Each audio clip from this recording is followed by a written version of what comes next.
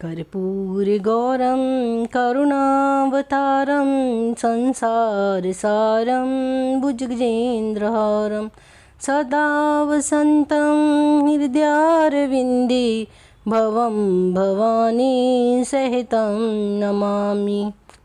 जय श्री राधे। मैं गीता रानी, मेरे यूट्यूब चैनल धार्मिक सोच में आपका स्वागत है। आइए आज हम श्रावण मास के तीसरे अध्याय नक्त व्रत लक्ष्य पूजा नामक अध्याय के बारे में जानते हैं। श्रावण मास महात्म्य तीसरा अध्याय। श्रावण माह में की जाने वाली भगवान शिव की लक्ष्य पूजा का वर्णन। संत कुमार बोले, हे भगवान, आपने श्रावण मासों का संक्षिप्त वर्णन किया है। हे स्वामी, इससे हमारी तृप्ति नहीं हो रही है, तो आप कृपा करके विस्तार से वर्णन करें, जिसे सुनकर सूर्येश्वर मैं कृतकृत्य हो जाऊंगा। ईश्वर बोले, हे योगीश, जो बुद्धिमान नक्त व्रत के द्वारा श्रावण मास को व्यतीत करता है, वह 12 महीनों में नक्त व्रत करने के फल का भागी होता है। नक्त व्रत के दिन की समाप्ति के पूर्व सन्यासियों के लिए एवं रात्रि में गृहस्थों के लिए भोजन का विधान है। उसमें सूर्यास्त के बाद की 3 घड़ियों को छोड़कर नक्त भोजन का समय होता है। सूर्य के अस्त होने के पश्चात 3 घड़ी संध्या काल होता है।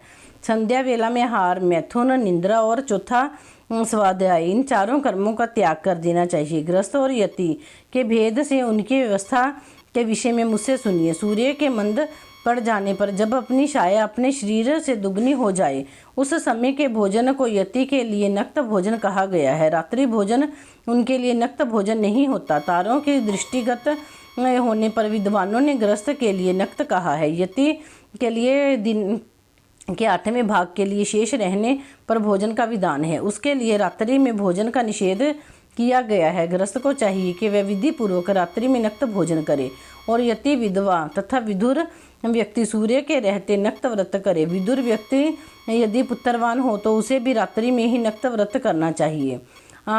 अनाश्रमी हो अथवा आश्रमी हो अथवा पत्नी रहित हो अथवा पुत्रवान हो, उन्हें रात्रि में नक्त व्रत करना चाहिए। इस प्रकार बुद्धिमान मनुष्य को अपने अधिकार के अनुसार नक्त व्रत करना चाहिए। इस माह में नक्त व्रत करने वाला व्यक्ति परम गति प्राप्त करता है। मैं प्रातःकाल स्नान करूंगा, ब्रह्मचार्य व्रत का पालन करूंगा, नक्त भोजन करूंगा, पृथ्वी पर सोऊंगा और प्राणियों पर दया करूंगा। हे देव, इस व्रत के प्रारंभ करने पर यदि मैं मर जाऊं तो हे जगतपति, आपकी कृपा से मेरा व्रत पूर्ण हो। ऐसा संकल्प करके बुद्धिमान व्यक्ति को श्रावण मास में प्रतिदिन नक्त व्रत करना चाहिए। इस प्रकार नक्त व्रत करने वाले मुझे अत्यंत प्रिय होता है। ब्राह्मण के द्वारा अथवा स्वयं ही अति रुद्र, महारुद्र अथवा रुद्र मंत्र से महीने भर प्रतिदिन अभिषेक करना चाहिए। हे वत्स, मैं उस व्यक्ति पर प्रसन्न हो जाता हूँ क्योंकि मैं जलधारा से अत्यंत प्रीति रखने वाला हूँ। अथवा रुद्र मंत्र के द्वारा मेरे लिए अत्यंत प्रीतिकर होम प्रतिदिन करना चाहिए। अपने लिए जो भी भोज्य पदार्थ अथवा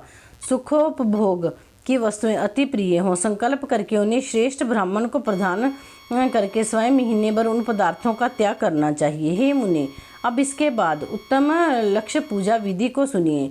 लक्ष्मी चाहने वाले अथवा शांति की इच्छा वाले मनुष्य को लक्ष्य बिल्व पत्रों या लक्ष्य दुर्वा दलों से शिवजी की पूजा करनी चाहिए। आयु की कामना करने वाले को चंपा के लक्ष्य पुष्पों तथा विद्या चाहने वाले व्यक्ति को मल्लिका या चमेली के लक्ष्य पुष्पों से श्रीहरि की पूजा करनी चाहिए। शिव तथा विष्णु की प्रसन्नता तुलसी के दलों से सिद्ध होती है।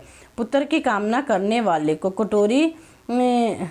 कटेरी के दलों से तथा शिव के तथा विष्णु का पूजन करना चाहिए। बुरे स्वप्न की शांति के लिए धान्य से पूजन करना चाहिए, प्रशासित होता है। देव के समक्ष निमित्त किए गए रंगवल्ली आदि के विभिन्न रंगों से रचित पद, सात्विक और चक्कर आदि से प्रभु की पूजन करना चाहिए। इस प्रकार सभी मनोरथों की सिद्धि के लिए सभी प्रकार के पुष्पों में यदि मनुष्य लक्ष्य पूजा करे तो शिवजी प्रसन्न होंगे। तत्पश्चात उत्थापन करना चाहिए, मंडप निर्माण करना चाहिए और मंडप के त्रिभाग परिणाम में वेदिका बनानी चाहिए। तदंतर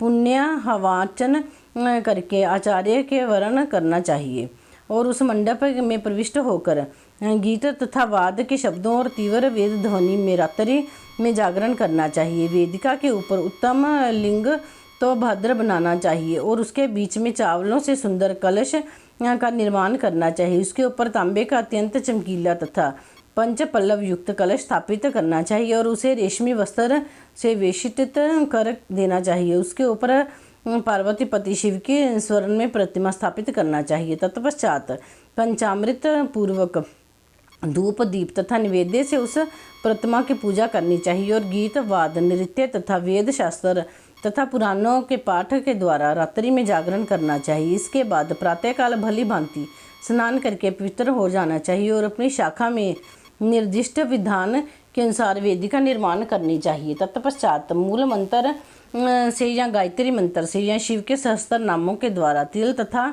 धृत मिश्रित खीर से होम कराना चाहिए अथवा जिस मंत्र से पूजा की गई हो उसी से होम करके पूर्णाहुति डालनी चाहिए। इसके बाद वस्त्र अलंकार तथा भूषणों से बलि बांधते आचार्य का पूजन करना चाहिए। तत्पश्चात अन्य ब्राह्मणों का पूजन करना चाहिए और उन्हें दक्षिणा देनी चाहिए। जिस जिस वस्तु से उमापति शिव की लक्ष्य पूजा की हो उसका दान करना चाहिए। स्वर्णमय मूर्ति बनाकर शिव की पूजा करनी चाहिए। यदि दीप कर्म किया हो तो उस दीपक का दान करना चाहिए। चांदी का दीपक और स्वर्ण की वर्तिका अर्थात बत्ती बनाकर उसे गोदृत से भरकर सभी कामनाओं और अर्थ की सिद्धि के लिए उसका दान करना चाहिए। इसके बाद प्रभु से क्षमा प्रार्थना करनी चाहिए और अंत में 100 ब्राह्मणों को भोजन कराना चाहिए। हे मुने, जो व्यक्ति इस प्रकार पूजा करता है मैं उस पर प्रसन्न होता हूँ।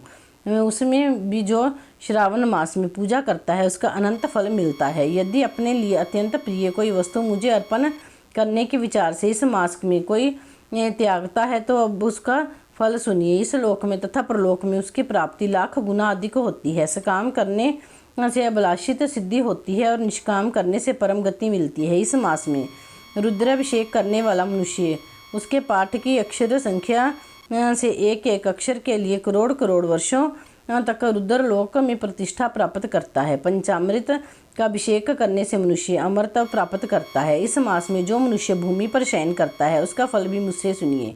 हे द्विश्रेष्ठ, वह मनुष्य 9 प्रकार के रत्नों से जड़ी हुई सुंदर वस्त्र से आच्छादित बिछे हुए कोमल गद्दे से सुशोभित देश तकियों से युक्त रम्य स्त्रियों से विभूषित रतन निर्मित दीपों से मंडित तथा अत्यंत मृद और गरुड़ाकार परवाल मणि निर्मित अथवा हाथी दांत की बनी हुई अथवा चंदन की बनी हुई उत्तम तथा शुभ शैया प्राप्त करता है। इस मास में ब्रह्मचार्य का पालन करने से वीर्य की दृढ़ पुष्टि होती है। ओज बल शरीर की दृढ़ता और जो भी धर्म के विषय में उपकारक होते हैं सबके सब उस प्राप्त हो जाते हैं। निष्काम ब्रह्मचार्य वृत्ति को साक्षात ब्रह्म प्राप्ति होती है और सकाम को स्वर्ग तथा सुंदर देवांगनाओं की प्राप्ति होती है। इस मास में दिन रात अथवा केवल दिन में अथवा भोजन के समय मौन व्रत धारण करने वाला भी महान वक्ता हो जाता है। व्रत के अंत में घंटा और पुस्तक का दान करना चाहिए। मौन व्रत के महात्म्य से मनुष्य सभी शास्त्रों में कुशल तथा वेदांग में पारंगत हो जाता है तथा बुद्धि